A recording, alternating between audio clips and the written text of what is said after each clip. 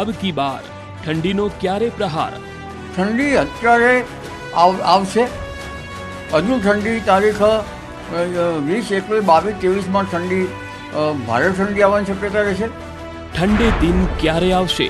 પણ એક ચોક્કસથી સારા સમાચાર એ ગણી શકાય કે આવનારા દિવસમાં એક સામાન્ય ઠંડીનો રાઉન્ડ આવે તેવી શક્યતાઓ છે, જેની અંદર જોવા જઈએ તો અત્યારે એક WD એટલે કે વેસ્ટર્ન ડિસ્ટર્બન્સ, જે રેગ્યુલર વેસ્ટર્ન ડિસ્ટર્બન્સ પસાર થતા હોય ને એ પણ જે આપણા ઉત્તર ભારતના પહાડી પ્રદેશો ઉપરથી પસાર થાય ત્યાં બરફ વરસાદ થાય ને અત્યારે આપણે ઉત્તર પૂર્વના પવન હોય તેને કારણે બરફીલા ઠંડા પવનો છે ગુજરાત સુધી પહોંચતા હોય છે અને ગુજરાતમાં ઠંડી આવતી હોય છે. શું શિયાળાનું સુરસુર્યું થઈ જશે? પણ ઉલ્લેખનીય છે કે હિમાલયનો બરફ જે ઉત્તરીય પર્વતીય પ્રદેશોમાં બરફ પીગળી જશે તો લગભગ ઠંડીની શક્યતા ઓછી રહેતી હોય છે. જ્યાં સુધી મજબૂત વેસ્ટર્ન ડિસ્ટર્બન્સ નહીં આવે ત્યાં સુધી ઉત્તરીય પર્વતીય ભાગના ટોચના ભાગમાં બરફ નહીં પડે, અને બરફ નહીં પડે તો ગંગા જમના જેવી નદીઓ, જે કેટલીક નદીઓ પહાડોમાંથી આવતી હોય છે હિમાલયના, તે નદીઓ માટે વિકટ સમસ્યા ઊભી થવાની શક્યતા ગણી શકાય. રાજ્યમાં ઠંડીનો રાઉન્ડ ક્યારથી શરૂ થશે? 20 તારીખ સુધીમાં ગુજરાતની અંદર થોડુંક તાપમાન ઘટે ને ઠંડીની શરૂઆત થાય તેવી શક્યતાઓ છે. જો કે કોઈ મોટી ઠંડી નહીં, પણ એક પ્રકારે સવાર સાંજની જે ગુલાબી ઠંડી હોય એ ગુલાબી ઠંડી અને દિવસનું તાપમાન જે ઊંચું છે તેમાં માઇનોર ઘટાડો થાય તેવી શક્યતાઓ છે. એટલે એક પ્રકારે કહી શકાય કે 2024ના શિયાળાની એક શરૂઆત છે એ હવે થવા જઈ રહી છે ને ધીમે ધીમે ઠંડી પછી આપણે રેગ્યુલર ઠંડીનું પ્રમાણ છે વધતું જશે. જો કે નવેમ્બર મહિનાની અંદર કોઈ કોલ્ડ વેવના રાઉન્ડની શક્યતાઓ નથી. 3 દિવસ બાદ શું ठंडीની શરૂઆત થશે? आने वाला अगले 7 दिन तक आज का जो फोरकास्ट है मौसम शुष्क रहने का पूर्वानुमान दिया गया है, और जो तापमान में जो 3 दिन तक नो लार्ज चेंज दिया गया है, लेकिन उसके आगे आने वाले दिन में 2 से 3 डिग्री सेंटीग्रेड डाउन होने का पूर्वानुमान दिया गया है. ઠંડી સાથે માવઠાની પણ આગાહી. નવેમ્બરના 3જા સપ્તાહમાં અરબ સાગરમાં રહેવાની શક્યતા રહેશે, જેની અસર ગુજરાતના ભાગોમાં અને લગભગ ઉત્તર ગુજરાત, મધ્ય ગુજરાત ભાગમાં થતાં વાદળવાયુ કે સાંટા થવાની શક્યતા ગણી શકાય, માઠું થઈ શકે. પરંતુ નવેમ્બરના પાછલા સપ્તાહથી ડિસેમ્બર સુધીમાં 1 કે 2 માવઠા થઈ જવાની શક્યતા રહેશે. નવેમ્બર મહિનામાં જે રીતે ઠંડી જોવા મળવી જોઈએ તે જોવા ન મળતા લાગતું હતું કે ઠંડી આ વર્ષે નિરાશ કરશે. સ્વેટર અને સાલ કબાટમાં જ પડ્યા રહેશે. પણ હવે ઠંડીએ પિકઅપ પકડવાનું શરૂ કર્યું છે, જેના પુરાવા આવી રહ્યા છે ઉત્તર ભારતના પર્વતીય વિસ્તારોમાંથી. જમ્મુ કાશ્મીરમાં હિમવર્ષા શરૂ, ચારે બાજુ છવાઈ બરફની ચાદર. ધરતી પરનું સ્વર્ગ કહેવાતા કાશ્મીરમાં ઠંડીએ કર્યો છે પ્રચંડ પ્રહાર. ઠંડીથી બધું જ અહીં થીજી ગયું છે. નદી, નાળા, પર્વત, જ્યાં જુઓ ત્યાં બરફ જ બરફ. ઠંડી એવી કે માણસનું લોહી થીજી જાય. આ તસવીરો ધરતી પરના સ્વર્ગ કહેવાતા કાશ્મીરની છે. જમ્મુ કાશ્મીરમાં હિમવર્ષાની શરૂઆત થઈ ગઈ છે. કુપવાડા હોય, ગુલમર્ગ હોય કે બાંદીપુરા હોય કે ગુરેજ, દરેક જગ્યાએ બરફની ચાદર છવાયેલી નજરે પડી રહી છે. ચારે બાજુ બસ સફેદ રંગ જ જોવા મળી રહ્યો છે. હિમવર્ષા થતા ધરતી પરનું સ્વર્ગ સુંદર દેખાઈ રહ્યું છે. અહીં કેટલાય વિસ્તારોમાં સિઝનની પ્રથમ હિમવર્ષા બાદ કંઈક આ પ્રકારનો નજારો છે. પર્વતીય વિસ્તારોથી લઈ વૃક્ષો સુધી બરફ જ બરફ છે. હિમવર્ષાને કારણે ઘરોના ઘરો બરફથી ઢંકાયેલા જોવા મળી રહ્યા છે. રસ્તા પર પણ બરફના મોટા થર જામેલા જોવા મળ્યા. શોપિયાના મુગલ રોડ અને ઘાટીના ઊંચાણવાળા વિસ્તારોમાં જબરદસ્ત હિમવર્ષા થઈ છે. સતત થઈ રહેલી હિમવર્ષાને કારણે જમ્મુ કાશ્મીરમાં મોસમનો મિજાજ બદલાઈ રહ્યો છે, જેના કારણે પારો ઝડપથી ગગડ્યો છે. ગુલમર્ગની અંદર ચારે તરફ બરફ જ બરફ જોવા મળી રહ્યો છે. જે પ્રવાસીઓ આ સિઝનમાં અહીં પહોંચ્યા છે તેમના માટે આ અદ્ભુત અનુભવ છે. બરફવર્ષા જોવી અને માણવી તેમની જિંદગીનો યાદગાર અનુભવ બની રહ્યો છે. અહીં લઘુત્તમ તાપમાન -3 ડિગ્રી પહોંચી ગયું છે. બાંદીપુરાની આ તસવીરો જુઓ. જ્યાં જ્યાં નજર જશે ત્યાં ત્યાં બરફ જ બરફ જોવા મળશે. આકાશમાંથી હિમવર્ષા થઈ રહી છે. રફતાર પર બ્રેક લાગી છે. ગાડીઓ પર પણ બરફની મોટી ચાદર છવાયેલી નજરે પડી રહી છે. લોકો ઘરોમાં કેદ થવા માટે મજબૂર છે. અહીં પણ લઘુત્તમ તાપમાન -4 ડિગ્રી નોંધવામાં આવ્યું છે, જેના કારણે સ્થાનિક લોકોની મુશ્કેલી પણ વધતી નજરે પડી રહી છે. હિમવર્ષાને કારણે અહીં રસ્તાઓ પર અવરજવર ઓછી થઈ ગઈ છે. ગુરેજની પણ આ જ સ્થિતિ છે. હિમવર્ષાને કારણે પારો ગગડી રહ્યો છે. શ્રીનગર સહિત મેદાની વિસ્તારોમાં પણ વરસાદ પડ્યો છે. હવામાન વિભાગની આગાહી મુજબ આગામી દિવસોમાં પણ આ પ્રકારે જ હિમવર્ષા જોવા મળશે. વેસ્ટર્ન ડિસ્ટર્બન્સના કારણે હવામાન બદલાયું છે. શીતલહેર સાથે ઠંડી અચાનક જ વધી ગઈ છે. ઊંચાણવાળા વિસ્તારોમાં હિમવર્ષા થવાની હજુ સંભાવના છે. જમ્મુ કાશ્મીરમાં ચિલ્લઈ કલા શરૂ થાય પછી ભારે હિમવર્ષા પડતી હોય છે. શું છે ચિલ્લઈ કલા? ચિલ્લઈ કલામાં ભારે ઠંડી પડે છે. 40 દિવસની હોય છે ચિલ્લઈ કલા. ક્યારથી શરૂ થશે ચિલ્લઈ કલા? ચિલ્લઈ કલા દરમિયાન કાશ્મીરના મોટાભાગના વિસ્તારોમાં તાપમાન માઇનસમાં ચાલ્યું જાય છે. ફારસીમાં ચિલ્લઈ કલાનો અર્થ ભયંકર શિયાળો થાય છે. આ દરમિયાન કોલ્ડવેવ ચરમસીમા પર પહોંચી જાય છે. શ્રીનગરનું જાણીતું દાલ સરોવર પણ થીજી જાય છે, જેના કારણે પર્વતીય વિસ્તારોમાં લોકો લાકડા ભેગા કરી રાખે છે, ખાવા પીવાનો સામાન ભેગો કરી રાખે છે. જો કે હવામાન આગાહીકારો આગાહી કરી રહ્યા છે કે હજુ કોઈ મોટી હિમવર્ષાની સંભાવના નથી. ઉત્તર ભારતમાં જેમાં ખાસ કરીને જમ્મુ કાશ્મીર અને લેહ લદ્દાખ નજીક એક WD પહોંચી રહ્યું છે. અત્યારે ખૂબ નજીક પહોંચી ગયું છે. પણ અહીંયા વાત એ છે કે એ WD છે, વેસ્ટર્ન ડિસ્ટર્બન્સ છે, ખૂબ નબળું છે. એટલે એને કારણે કોઈ મોટી બરફ વરસાદ થાય તેવી શક્યતાઓ નથી. અને ત્યાં બરફ વરસાદ થશે એટલે લગભગ 18 અથવા તો 19 નવેમ્બરથી ગુજરાતમાં હળવી એવી સામાન્ય ઠંડીની શરૂઆત થઈ જશે. જો કે આમાં કોઈ મોટી ઠંડી આવે કે ગાત્રોથી જ આવતી અથવા તો જે કોલ્ડ વેવનો રાઉન્ડ આવે તેવી શક્યતાઓ નથી. પણ જે સવાર સાંજની ગુલાબી ઠંડી અને દિવસનું તાપમાન જે ઊંચું છે તેમાં પણ અમુક અંશે ઘટાડો નોંધાય તેવી ચોક્કસથી આપણે આશા રાખી શકીએ છીએ. એટલે અત્યારે જે WD પસાર થઈ રહ્યું છે એ થોડુંક નબળું છે અને ઓછા એરિયાને કવર કરી રહ્યું છે, જેની અંદર કાશ્મીરના મોટા ભાગના વિસ્તારો હોય, જમ્મુ હોય, કાશ્મીરનું ગિલગિટ છે અથવા તો ત્યાંથી શ્રીનગર છે, હિમાચલ પ્રદેશનું જે મનાલી છે ત્યાં સુધી એ WDની અસર થવાની છે. એટલે ખાસ કરીને આવનારા 2 દિવસની અંદર મનાલીમાં પણ હળવી સામાન્ય બરફ વરસાદ થાય તેવી શક્યતાઓ છે. અને જમ્મુ કાશ્મીર અને લેહ અને એની સાથે લદ્દાખના ઘણા બધા વિસ્તારોની અંદર બરફ વરસાદ થાય તેવી શક્યતાઓ છે. કોલ્ડ વેવની કાગ ડોળે રાહ. એટલે આ બરફ તો ટ્રેલર છે. હજુ પ્રચંડ ઠંડીની શરૂઆત બાકી છે. અંબાલાલ પટેલની આગાહી મુજબ ડિસેમ્બર મહિનાથી જ ખરી ઠંડીની શરૂઆત થશે. આમ છતાં 22 નવેમ્બર પછી 23 નવેમ્બર પછી હવામાન સાનુકૂળ બનવાની શક્યતા રહેશે.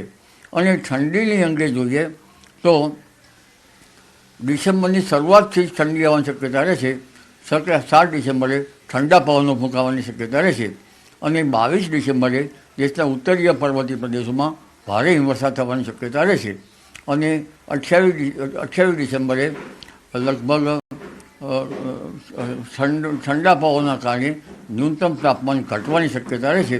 પરંતુ આ અવસ્થામાં જો વાદળા આવે તો એટલામાં ન્યૂનતમ તાપમાન વધી શકે. પણ જેવા વાદળા હટે તે વેસ્ટર્ન ડિસ્ટર્બન્સ ઘટશે. એટલે 28 ડિસેમ્બરની આસપાસ કે ત્યાં પછી ઠંડીનું એક મોટું આવવાની શક્યતા રહે, જેના કારણે ન્યૂનતમ તાપમાન લગભગ કેટલાક ભાગમાં 10 ડિગ્રી, કેટલાક ભાગમાં 8 ડિગ્રી સેલ્સિયસ જેવું થવાની શક્યતા રહે. નવેમ્બરના અંતમાં અને ડિસેમ્બરમાં માવઠું પડશે. ઠંડીની સાથે સાથે માવઠાની પણ આગાહી થઈ રહી છે. નવેમ્બર મહિનાના અંતમાં કે ડિસેમ્બરની શરૂઆતમાં અરબ સાગર અને બંગાળની ખાડીમાં હલચલની હવામાન આગાહીકાર અંબાલાલ પટેલે સંભાવના વ્યક્ત કરી, જેના કારણે શિયાળામાં માવઠાનું જોર રહેવાની સંભાવના છે. અરબી સમુદ્રમાં હલચલ જોવા મળશે, સાયક્લોનિક સર્ક્યુલેશન થશે, પરંતુ તે સોમાલિયા તરફ કે ઓમાન તરફ જવાની શક્યતા રહેશે. પરંતુ ત્યાર પછી એક સાયક્લોનિક સર્ક્યુલેશન લગભગ નવેમ્બરના 3જા સપ્તાહમાં અરબ સાગરમાં રહેવાની શક્યતા રહેશે, જેની અસર ગુજરાતના ભાગોમાં અને લગભગ ઉત્તર ગુજરાત, મધ્ય ગુજરાત ભાગમાં થતાં વાદળવાયુ કે સાંટા થવાની શક્યતા ગણી શકાય, માવઠું થઈ શકે. પરંતુ નવેમ્બરના પાછલા સપ્તાહથી ડિસેમ્બર સુધીમાં 1 કે 2 માવઠા થઈ જવાની શક્યતા રહેશે. આ ઉપરાંત ડિસેમ્બરની શરૂઆતમાં પણ બંગાળ ઉપસાગરમાં એક ચક્રવાત થવાની શક્યતા રહેશે. બંગાળના ઉપસાગરનું ચક્રવાત જો આંધ્ર ઓડિશા કિનારે થાય તો એ ભારે ચક્રવાતના કારણે દક્ષિણ ગુજરાતમાં, દક્ષિણ મહારાષ્ટ્રના ભાગોના સંલગ્ન ભાગોમાં હવામાનમાં પલટો આવી શકે અને દક્ષિણ ગુજરાતમાં માવઠું થવાની શક્યતા ગણી શકાય. શિયાળાની સેના પર્વતીય પ્રદેશોમાં પહોંચી ગઈ છે. સાથે સાથે માવઠારૂપી આફતની પણ આગાહી થઈ રહી છે. હવે શિયાળાની સેના મેદાની વિસ્તારોમાં ક્યારે કૂચ કરે છે તેની રાહ જોવાઈ રહી છે. જો કે હવામાન આગાહીકારોના મતે ઠંડીના દિવસો હવે બહુ દૂર નથી. શિયાળો આ વખતે લાંબો ચાલશે તેની પણ આગાહી થઈ રહી છે.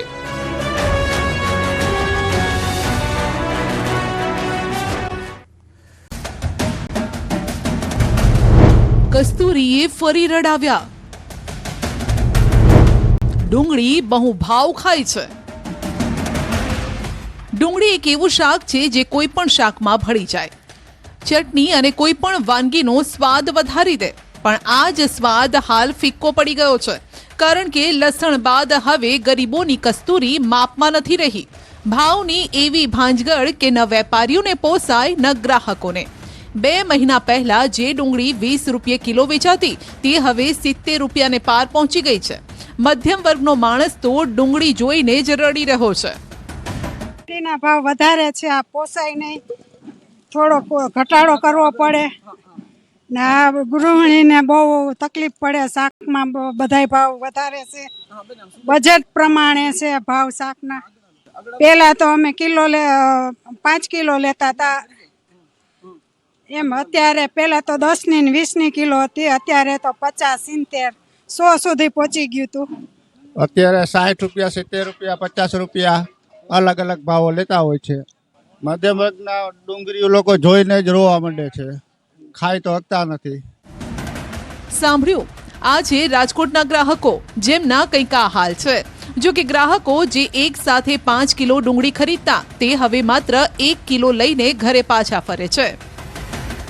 હવે આપણે 4-5 કિલો લેતા હોય એની જગ્યાએ અત્યારે આપણે કિલો લેવી પડે છે પરિસ્થિતિ પ્રમાણે, કારણ કે મોંઘવારી આવી છે. ત્યાં મધ્યમ પરિસ્થિતિ બહુ હાર્ડ છે. ડુંગળીની જરૂરિયાત તો અત્યારે બધાયમાં જોઈએ જ છે, પોઝિટિવ તરીકે બધાયમાં જોઈએ છે આપણને. તો ડુંગળીના વિક્રેતાઓ પણ નિસાસુ નાખી રહ્યા છે, કારણ કે ગ્રાહકો જેવા જ ડુંગળીના ભાવ સાંભળે છે કે તેઓ ચાલતી પકડે છે. શાંતિ લેવલ તો હે જ નહીં એમાં. બટેરા ડુંગળી આમાં અમારું ગુજરાન કર્યું તે ચાલે. પેલા 10 થી 15 રૂપિયા હતા, અત્યારે વરસાદના હિસાબે ના ઘરાકી કાંઈ ના, બધા મેકીને બંધ કરીને વ્યા ગયા. શું કરે આમાં? ભાવ વધારા પાછળ માલની અછતને કારણ મનાઈ રહ્યું છે. તો વધુ પડતા વરસાદના કારણે ડુંગળીનો પાક બગડી ગયો છે, જેથી સૌરાષ્ટ્રની ડુંગળી યાર્ડ સુધી પહોંચી નથી. માટે હાલ નાસિકની ડુંગળીથી જ કામ ચલાવવું પડે છે. જો કે રાજકોટ જેવા જ હાલ અમદાવાદના પણ છે. અહીં તો રાજકોટ કરતાં પણ મોંઘી ડુંગળી મળી રહી છે. આમ તો શિયાળો આવે એટલે શાકભાજીના દિવસો આવ્યા ગણાય. તમામ પાક તાજા મળે, પરંતુ હાલ તો સ્થિતિ એવી છે કે જે મળે છે તે મોંઘા મળી રહ્યા છે, ને એવા મોંઘા કે ગજવાને પોસાય તેવા જ નથી.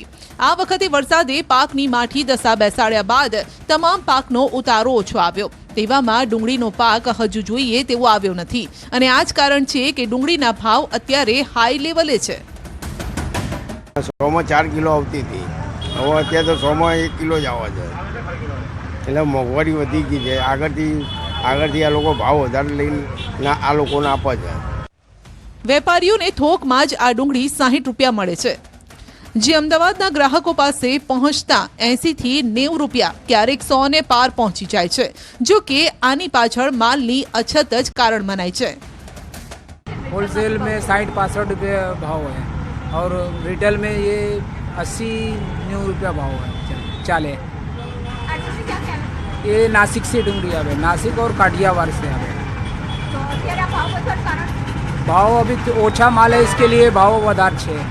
અત્યારે ડુંગળી ખાલી નાસિકથી આવે છે, ને આપણી જે ગુજરાતની લોકલ ડુંગળી છે, કાઠિયાવાડ છે, પછી પૂના છે, એ ડુંગળી આવતી નથી, અને એટલી નાસિક ડુંગળી આવે છે એના હિસાબથી ભાવ વધારે છે. અને આવતા 8-10 દિવસમાં જો કાઠિયાવાડની ડુંગળી ચાલુ થઈ જાય તો ભાવ ઘટવાના શક્યતા ખરી. વેપારીઓને આશા છે કે એકાદ મહિનામાં ડુંગળીના ભાવ ઘટશે, અને જેમ ઠંડી તેના તેવર બતાવશે તેમ ડુંગળીના ભાવ ગગડશે. એવું નથી કે ફક્ત ગ્રાહકોને જ ડુંગળી રડાવતી હોય. જે ખેડૂતો ડુંગળી પકવી રહ્યા છે તેમના હાલ પણ બેહાલ છે. શહેરમાં 100 રૂપિયા કિલો મળે છે ડુંગળી, જ્યારે ખેડૂતોને મણના માત્ર 400 રૂપિયા જ મળે છે. ગ્રાહકોને ઊંચા ભાવે ડુંગળી મળી રહી છે, તો ખેડૂતોને ડુંગળીના ભાવ જ નથી મળી રહ્યા, જેનું કારણ છે આ વખતે વરસેલો વરસાદ. રાજ્યમાં ભાવનગર જિલ્લો ડુંગળી પકવવાનું સૌથી મોટું પીઠું કહેવાય છે. અહીં ડુંગળીનું મોટા પ્રમાણમાં વાવેતર થાય છે. આ વખતે ભાવનગરમાં 86% એટલે કે 16,700 હેક્ટરમાં ડુંગળીનું વાવેતર કરાયું છે. પણ વાવેતર મુજબ પાક ઉતર્યો જ નથી. ચોમાસામાં અનિયમિત અને અતિ વરસાદે પાકની પથારી ફેરવી છે, જેના પરિણામે જોઈએ તેવો પાક નથી મળતો. ગયા વર્ષના લેવલે વાવેતર વધારે છે, પણ જે ખેડૂતને ઉત્પાદન આવવું જોઈએ વરસાદના હિસાબે જે 75 થી 80% ઉત્પાદન આવવું જોઈએ એની બદલે 20 થી 25% ઉત્પાદન છે. એની સામે 600-700 ભાવ છે, પણ ઉત્પાદન ઘટે એટલે ભાવ ખેડૂતને 200 થી 300 મળે. નફાની વાત તો દૂર રહી, ખેડૂતોને એવા ભાવ મળી રહ્યા છે કે ખર્ચો પણ નીકળે તેમ નથી. શહેરમાં 100 રૂપિયા કિલોના ભાવે મળતી ડુંગળીના ખેડૂતોને મણના 400 રૂપિયા માંડ મળે છે. આમાં મહેનતની મૂડી કાઢે કે બચતનું વિચારે. સમસ્યા એ છે કે જે અમે વાવેતર કર્યો, ખર્ચો કર્યો, પછી વરસાદના હિસાબથી જે અમારે પાક નિષ્ફળ ગયો અને દવા, ખાતર અને ઉતારો બહુ જ ઓછો આવ્યો. એ પ્રમાણમાં ભાવ પોષણક્ષમ ભાવ નથી મળતો. અત્યારે 400-500 રૂપિયાની મણ જાય તો અમારે 400-500 રૂપિયાની મણ તો અમારે ઘેરે નથી પડતર થતી. ભાવ ન મળતા ખેડૂતો હવે આવતા વર્ષે ડુંગળીના પાકથી અળગા રહેવાનું વિચારી રહ્યા છે. જો કે આવા જ ભાવ રહ્યા તો સરકાર પણ ટેકો નહીં કરે તો બીજા પાક તરફ વળવું પડશે તેવું ખેડૂતો માને છે. અમારી માંગણી તો સરકાર પાસે ઈ જ છે કે અમને ટેકાના ભાવ જાહેર કરી દે અને અમને કહી કે આ પ્રમાણે ભાવ મળશે તો અમને ખેડૂતોને નક્કી થાય કે અમારે કઈ મોલાત કરવી, ડુંગળી કરવી કે બીજી મોલાત કરવી, એમ ખ્યાલ આવે. આમ મહુવા અને ભાવનગર માર્કેટ યાર્ડમાં ડુંગળીની આવક તો શરૂ થઈ ગઈ છે, પણ જોઈએ તેવી ડુંગળી આવતી નથી, જેના કારણે ભાવનગરમાં ઓછામાં ઓછો 350 અને વધુમાં વધુ 700 રૂપિયા ભાવ બોલાયો છે. અંદાજિત 2 થી 3,000 બોરીની આવક રોજની થાય છે. ભાવોની વાત કરીએ તો ભાવો અત્યારે 350 થી 700, 750 સુધી વેચાણ થઈ રહ્યું છે. પરંતુ ખેડૂતોની મુશ્કેલી અને પ્રશ્ન એ છે કે જે એમને વાવેતર કર્યા પછી જે અતિવૃષ્ટિ થઈ છે એની હિસાબે જે એમને ઉતારા આવવા જોઈએ, દાખલા તરીકે વીઘે 100-125 થેલીનો ઉતારો આવવો જોઈએ એની જગ્યાએ 25-30 થેલીનો ઉતારો આવે છે. એટલે આમ જોઈએ તો આ ભાવો મળવા છતાં ખેડૂતોને પોતે કરેલા ઉત્પાદનનો ખર્ચ માંડ નીકળતો હોય એવી ખેડૂતોની હૈયાવરાળ અત્યારે સાંભળવા મળી રહી છે. ત્યારે માનવું છે કે શિયાળુ ડુંગળી ડિસેમ્બરમાં શરૂ થશે, જે માર્ચ મહિના સુધી ચાલશે. ત્યારે ખેડૂતોને આશા છે કે આગામી સમયમાં તો તેમને માલ મુજબ ભાવ જરૂર મળશે.